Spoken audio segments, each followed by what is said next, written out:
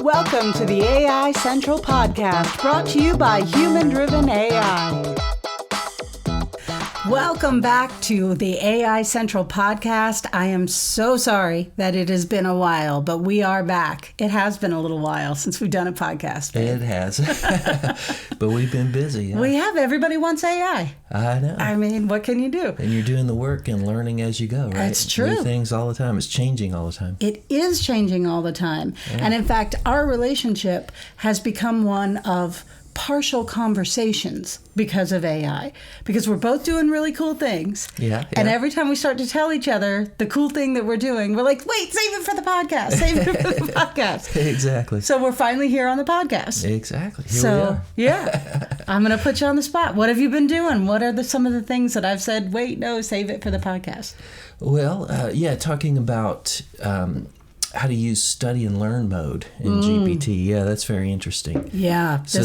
Go ahead. Sorry. Yeah, that just came out maybe last week, Yep. And it's one of the tools that are available on GPT. So if you go down to, actually now in 5, it's the little plus sign. So you hit the little plus sign to the left of the window, go up to the top. At the top is where you add photos and videos and whatnot. But down a little bit. The drop-down menu. Drop-down menu, exactly. Study and learn mode. And it's designed for, schools and teachers and students and whatnot. Yeah. And it can do a lot of amazing things. It's really interesting. And I've been using it with my class, actually, music appreciation course. Yeah. Because one of our assignments is actually where our students in the midterm project do a presentation on how classical music and musicians and instruments have influenced popular music. Oh, that's cool. Yeah, because we're mostly a pop school and we teach rock and jazz and all these different things, So I try to make it relevant because the music appreciation, you really want to cover the Renaissance, Baroque, classical, all the different eras of music going way back. Right. And what I like to do is show how all of that has influenced popular music, and make it relevant to them because that's what they're interested in, Sure. And so that's one of the assignments. The midterm assignment is to generate an AI paper. And I allow them to use AI, and then I teach them how to use prompts to prompt it to generate papers and stuff. So important. Yeah, so I'm teaching them how to use AI, and at the same time learn about music history, of course. And so what they do is they generate a paper, and then they use that paper to create slides, like Google Slides for a presentation. Right. And they bring in links and video and music examples to back up their points. And then what they're supposed to do for the midterm is turn in all 3 parts, the AI paper with proper citations and slides, and then do a video presentation where they're presenting and putting it in their own words, This is so smart. This is so then Yeah, I think it kind of kills 2 birds with 1 stone. It teaches them how to use AI. Exactly.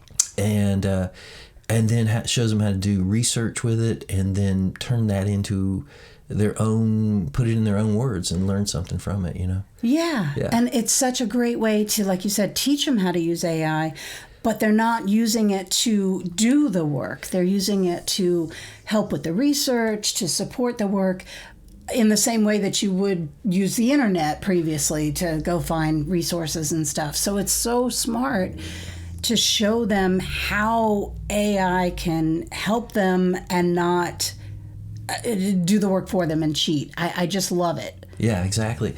Yeah, so that's very important. And then so the study and learn mode, the new feature that has, what it does is it will quiz people. So you can use it almost like a assistant teacher to quiz the students and prepare them for quizzes and exams and that kind of thing. It's just amazing. Traditional exams, yeah.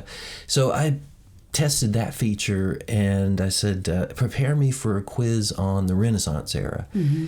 And then it said, what are the dates of the Renaissance era? So it asked me that, Love it. So it doesn't give you the answer. See, that's the problem. Outside of study and learn mode, it will just give you the answer, whatever you're asking for.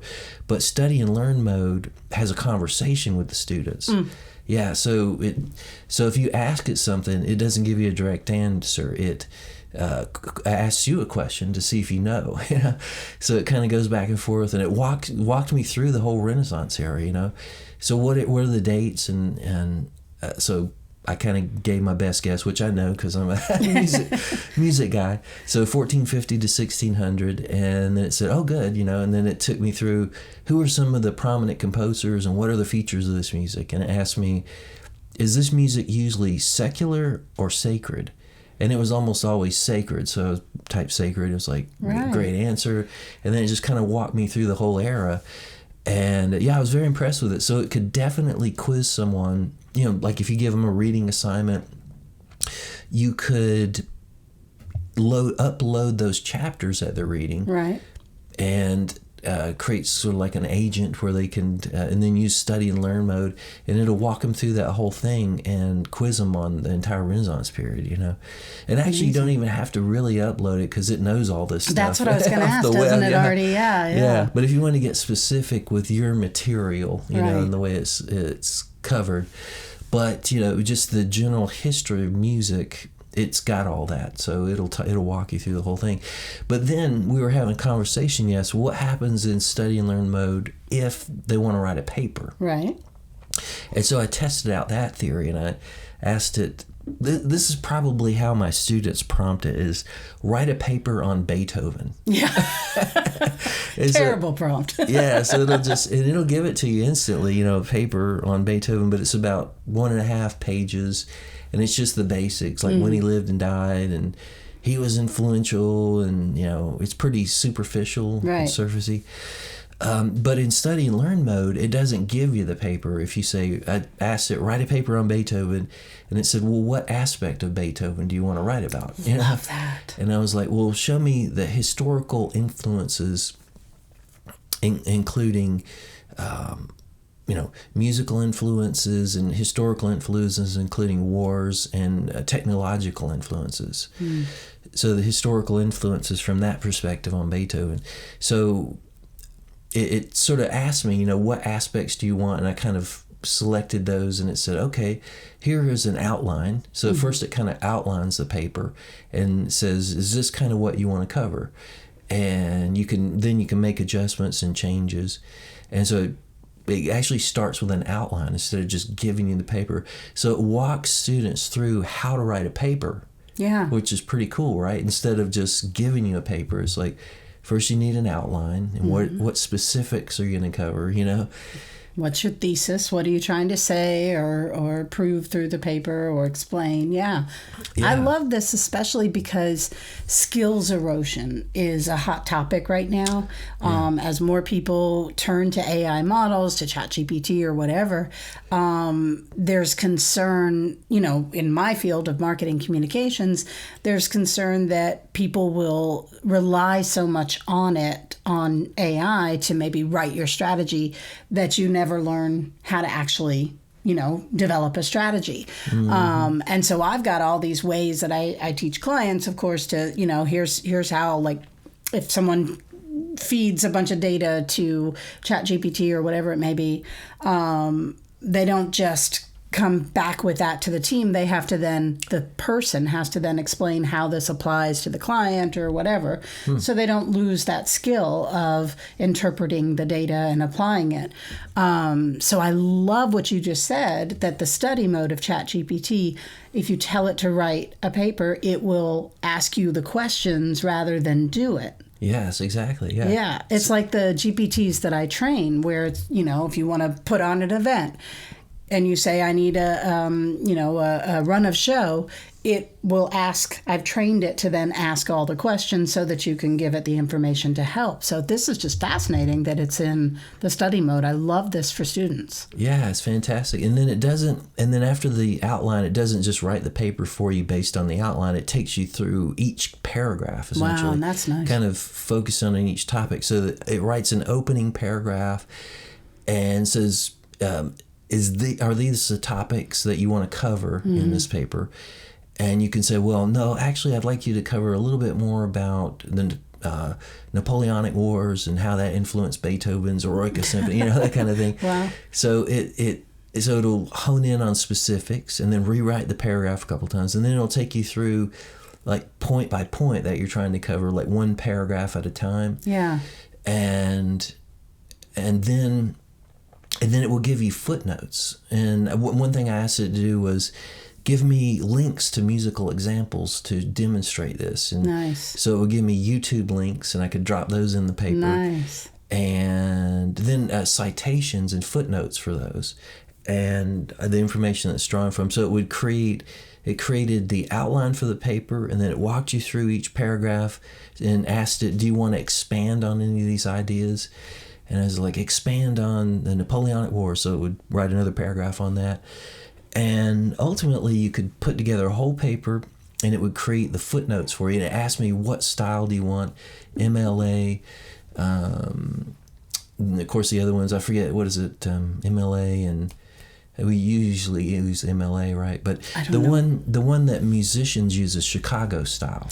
We use AP style. Sorry. AP style, yeah. So there's AP style, MLA, and then Chicago style for musicians. Yeah. So I said, make it Chicago style, and it did. It was like perfect footnotes in Chicago style. Nice. And I should know because we had to spend like a whole quarter on how a bibliography course actually at UGA just on how to do research and write bibliographies and footnotes. So I know that in great detail the difference between footnotes and bibliography citations, and it did it correctly. It was amazing. But that's what's so cool is how this is going to change. Like you just said, you had that course on research, right? Yeah. Well, now we need to start developing, educators, need to start developing courses for students on how to use AI for research in the right ways. Yeah. Because that's the new research tool, of course. And the other, that's what I was going to say. I knew there was another thought.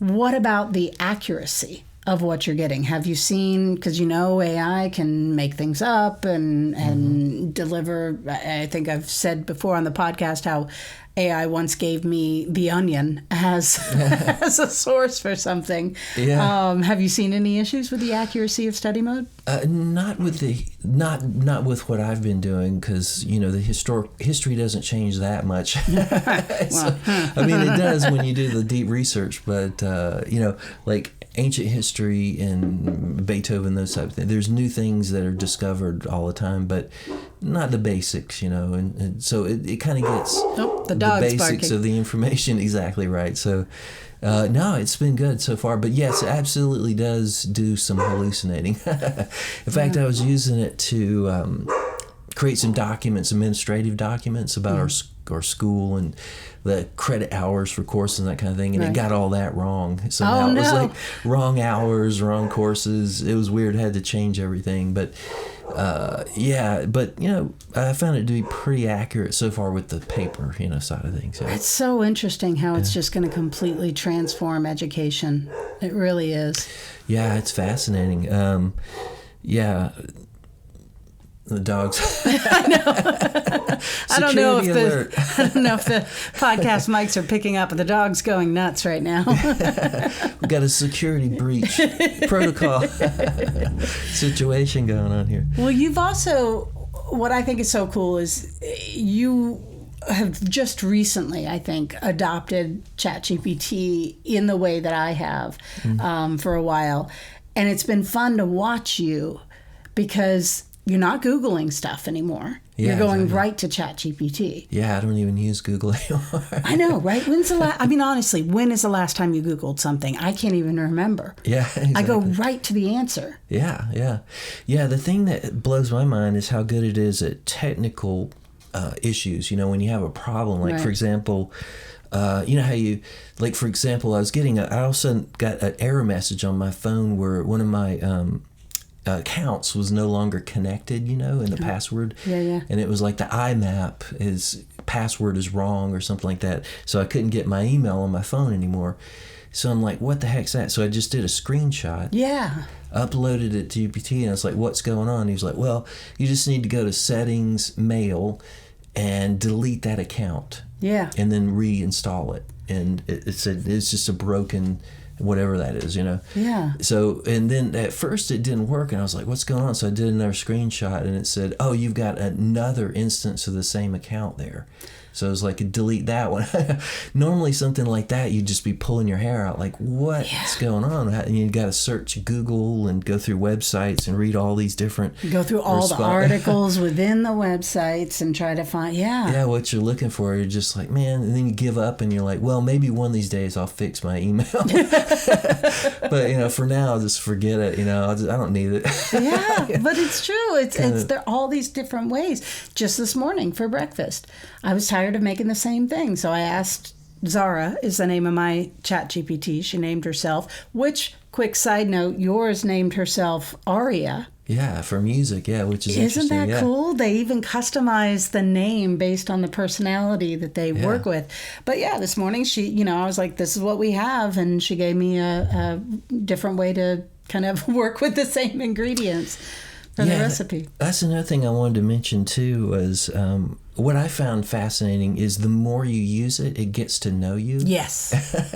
And then like whenever you ask it to do something, it'll give you the answer that you're kind of looking for. It knows your interests and that kind of thing. And your intent and everything. Yeah. Yeah, exactly. So I can't remember exactly what I was conversing and brainstorming with it, but it gave me examples related to music appreciation and accounting, demonstrating how you could use an app. And I was like, wow, that's interesting, because it was going back to our conversations and drawing on that. Yeah.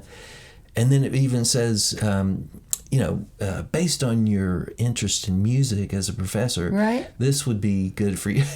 It's like, wow, that's amazing. So the more you use it, it gets to know you and gives you the answers you're looking for even faster. It's pretty amazing. And make sure that it's tied to, what I love is being able to say, based on this previous conversation or based on what you know about my company or whatever it is, it draws on those previous conversations to help you with new ideas. Mm-hmm. The only thing that I got to remind everybody, when you brainstorm with ChatGPT or Claude or any of these tools, make sure that you ask it to give you the flaws in your ideas. We may have talked about this before, I can't remember, but if you ask ChatGPT, you give it your ideas, and you never ask it to push back, you're going to think you're a genius. Because it will tell you every idea you have is genius, and it will fawn all over you. Oh, Jennifer, that is a brilliant idea. That is great. Here's why that's it. But then when I say find the flaws in this idea, it will find the flaws, and you'll realize it's not as genius as you thought, and you may not be the genius you thought you were. But it's important. You can't just have a brainstorm without that critical eye. Yeah, exactly. Yes. Yeah, it's fascinating, isn't it? It really is. And what you said about it being that conversation and getting to know you, I think is so interesting, because we are going to see such a shift in communications and engagement because of AI, in the sense of, this is always the way I see the world is through Marcom, so I can't help it, but communications, Agentic AI especially, is going to help us to shift communications from this kind of static message to a real relationship. What I mean is, like, think of a website. Right now, you go to a website, and if you come to my site, I am waiting for you to scroll through, to search, to find something you want that you're going to then click on. But we're already starting to see agentic websites. Wow. Where, instead of search and scroll, it's a conversation right there. And that conversation moves you through whatever that conversion is. Gotcha, yeah. And this is exciting to me, because there's no better place for this to live than communications. Yeah. We're going to have to really rethink how we engage, because it's all going to be a relationship, a direct, real, actual relationship. Just like you said, your ChatGPT gets better the more it knows you. Yeah. A website will have the same thing. The more it knows you, that conversation will become more personalized. Oh, wow. Wow, that's fascinating. Isn't it? It's like back in the 90s when suddenly we went from brochures to websites, and now we're going from websites to static websites to relationships, to engagement. Yeah, exactly. So you be like the face of the company. It can answer any question that you need. Yeah. And instantaneously and get you to the right spot. Exactly. Yeah. I mean, let's just stick with college for a second, since you were talking about study mode and universities. Let's say it's, a college website. You could go to it and immediately tell the website, either through, it could be an avatar that you're talking to that looks like a person, or it could just be a text conversation. But you will tell it, I really want to study, this type of program, but I really need some financial aid, and I want to stay within 3 hours of Atlanta, and blah, blah, blah, blah, blah, and whatever it is that you're looking for. Mm-hmm. And the website itself, not a chatbot, but the actual site, will ask you, will find the financial aids, ask you whatever it needs, serve up, here's the financial aid, here is the entire 2-year, 4-year, whatever it is, program of study that you are looking for. Do you want to live on campus? Do you want to live off campus? It will help you find that, or break down the finances. And by the end of it, you will have everything. It'll help you fill out your application. It'll tell you, hey, here's some changes you should make to your essay or whatever it is. Yeah. And it will conversationally take you through the entire admissions process. Wow, that's fantastic. Isn't it? Yeah. I think it's exciting. It's really, apps are going to become agentic like this too. The only company that I can think of off the top of my head that's doing this fully, Salesforce has what's called Agentforce. And it's literally an agentic AI that helps you with customer service and stuff. But wow. Yeah, it's fully autonomous. It just walks you through on the website. You have a problem, it will converse with you, not like a chatbot, because the scope of what it can do is so much more, and the level of personalization. Wow. Yeah. Yeah, that's fascinating. It's going to change everything. It's a whole new world, my friend. Yeah. And really it empowers you, because you can get so much more done faster, and move on to the next thing and the next thing. You don't get stuck on a technical issue where you can't get past it or something like that. Yeah, I think it's going to revolutionize the economy for sure. Oh, yeah. And everything, education, all these things. I don't know. Yeah. But yeah. Well, I was just going to say, you mentioned the economy. One thing that I think is interesting too is the impact of agentic AI and AI in general, but generative AI, agentic AI on software. Because the software industry is in a crisis right now. Yeah. Prompt to prototype. I'm not a programmer. I know nothing about coding, but I could build an app completely, test it, deploy it using prompt to prototype. I could, build an entire software, develop an entire new software program. And I don't know how to program and have no idea how to code or anything. But I do still think you're going to need software engineers, because again, I don't know how to do it. So developing the whole framework, and I'm sure anything I create would be buggy as hell.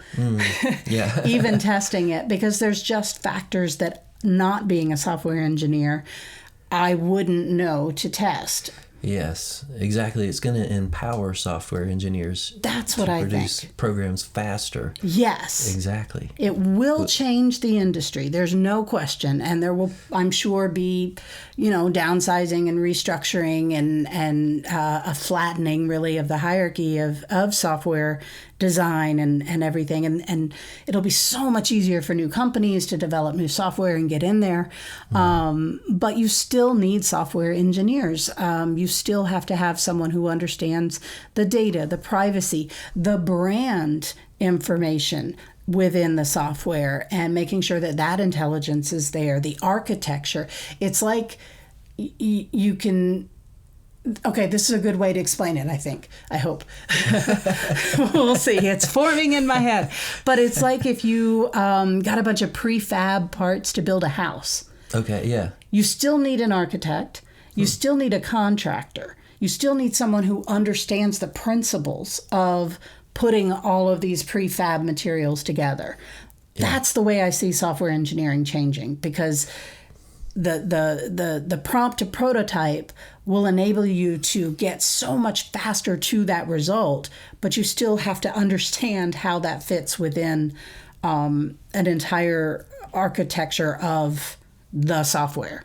Does that make sense? Sure. Okay. We're going to go with it even if it doesn't. I need to just see I got to stop saying, does that make sense? And just own my authority in it. That makes sense. Yeah, exactly. But I think it's interesting. It's going to impact so many different industries, giving us access to tools that, like you said, allow us to do so much more.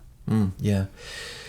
Yeah, speaking of houses, I saw where they're now printing houses. Yeah. That's fascinating. And it really all they have to do is there's two like rails, tracks that they run along. I saw them doing it, actually. It's interesting. They built a whole neighborhood of printed homes. That's amazing. Yeah, where did they do this? Do you know? I think it was California somewhere. But anyway, it prints with like concrete, and it can do all these interesting like curved walls and stuff like that. Oh, nice. And different like flows of rooms. But also it's very soundproof. The lady was like, boy, it's so quiet and I like that. Well insulated. It's like very energy efficient, but also noise reduction. So she was like, as soon as I close this door, notice how quiet it is. She closed the door and it was like, totally quiet. But and they said that they can ultimately do this where two people can build a whole house. Wow. So they're right now they need like a crew of 8 or 10, but ultimately they're going to get it down to just two people, and all they have to do is set up two train tracks that go on the left side and the right side of the house, and then it's got a connector that goes across the very top, and it just rolls along that track, and then the thing on the top goes back and forth like a giant printer. That's amazing. And it prints the house from the top, and that too. It's going to change the way homes are built. That's amazing. Teaching is done, all these things. Yeah, I think it's fantastic, but we got to make sure it's done ethically and all these things. Yeah, because there's a lot of stuff out there that's creepy and gross. Anything related to X right now is just so disgusting. You were talking about the, I shouldn't say anything, but a lot of the things. You were talking about the relationship, that it's about, the more it gets to know you. Mm-hmm. Well, X, of course, has launched the AI girlfriend. Okay. Yeah, you were telling me a little bit about that. Yeah, it's creepy. It's so creepy. It's well, there's so many problems, but one of the biggest problems that I see with this is we already have this disconnect with a lot of young men. We got the incel, the manosphere, all that garbage that is polluting their minds. And then if you get the AI girlfriend, which, the tests have proven that within just a few hours of talking to the AI girlfriend, and it doesn't matter if you are a 12-year-old boy, it will immediately turn sexual. Wow. The AI girlfriend. Wow. Probably to keep them coming back. Well, I guess. Yeah. It's designed. You click a button, she'll twirl, and of course they're all anime, scantily clad. Wow. And I got nothing against porn. Enjoy yourself, but porn's great. But an AI girlfriend, this takes it to such a dangerous level because the influence that this girlfriend quotes will have on young minds is what scares me. Yeah. Not just like changing the impacting how you view women and the relationships, but we know these girlfriends are powered by Grok, and we know that Grok has been proven to have all kinds of misogyny in its training, racism in its training. Wow. Terrible messaging in its training. Incredible, huh? And that'll start coming through, I'm sure, the AI girlfriends as well, not to mention all the other horrible things that you can have. Just the isolation if you start spending all your time with your AI girlfriend and then you don't develop real-world relationships, is what I mean. Real relationships, which are significantly messier. Yeah, but important, meant to be. They should be messy. Exactly, You don't want this subservient robot, although I guess some people do. Yeah. And then Grok, of course, launched spicy mode. That's what they call it, spicy mode. Oh. And the problem with spicy mode is, one of the problems, you can take, and they are little young boys, as young as elementary school and middle school, are taking a photo of their female classmates. Wow. Dropping it into Grok under spicy mode, and it will instantly create porn deep fake porn with that child, that middle school, elementary school girl's face on it. They load it up to the internet. The internet is forever. Yeah. So this girl who never did these acts, probably is too young to even understand these acts, now has to defend for the rest of her life a video of her as a child doing these acts. Yeah, that's crazy. Yeah, that's why we need regulation so that you own your own image and nobody can do anything with it. Yes. And if they do, it's illegal, and then you're in a world of hurt. Yeah. And we That's need the way it should be, regulations. Yeah, I agree. We need regulations even around guardrails around what you can do. You shouldn't be able to load up an image of anybody and have that turn into them doing something that they didn't. It's deep fakes are going to be so problematic. They they already are, but it's just so awful. I didn't mean to take us on a negative spin here. Boy, let's go back to some of the fun ways you're using ChatGPT, baby. Exactly, yeah. It's true. You fixed our grill. You found a part to fix the grill. Yeah, that's right. Yeah, we talked about that, I think, on the last podcast. Oh, did we? Okay. Or did we? But yeah, no, it's really empowering in terms of being able to get things done with technology, figuring out what's going on, fixing things around the house and all that, It's fascinating. You can just take pictures of things and it'll tell you what to do to fix it. Yeah. It's incredible. It really is. And the impact on search cannot be overstated. We've been calling it for 2.5 years now AISO. Yes. But I think the industry has finally landed on a term, so I've got to change all of my materials because now I think the industry's landed on GEO, Generative Engine Optimization. So instead of SEO, search engine optimization, it's generative engine optimization. Oh well. But I think that is what it is. It's going to be called, and it is absolutely changing. Like we talked about, we don't go to Google anymore. We go right to ChatGPT or Perplexity and ask and get that instant answer. Exactly. Yeah. One issue I was having is I had a picture that I was trying to upload to a website or whatever for whatever purposes, but it wouldn't load, and then it said, well, this needs to be 100 kilobytes, and it was like 1.5 megabytes. So at first I said, how do I fix this? And it told me to put it in preview, and then you can do the slider and make it smaller, make it like a kilobyte, And so I did that, but then it still wouldn't load. I'm like, what is going on, man? This is killing me. It's like I just want to load this picture in, and be done with this and move on. So it said, well, load it. Let me take a look, and I can fix it for you. So I loaded it up, and it says, it says JPG, and then there's also the JPEG, right? JPEGs, you know what I mean? And so it said, that's the problem, is it's looking for JPG instead of J. And see, I would have never noticed that.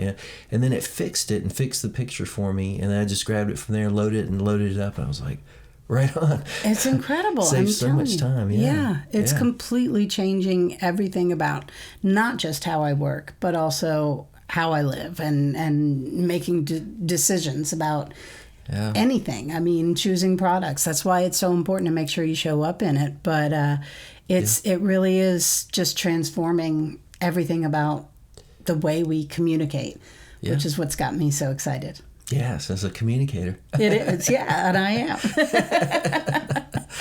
Well, that was a good podcast. What do you think? We wrap it up there? Yeah, I think we talked about a lot of good stuff. I'm so glad we're back. We will get back on a schedule, I promise. And just tune in next time. Thanks for joining us. Don't forget to like and subscribe.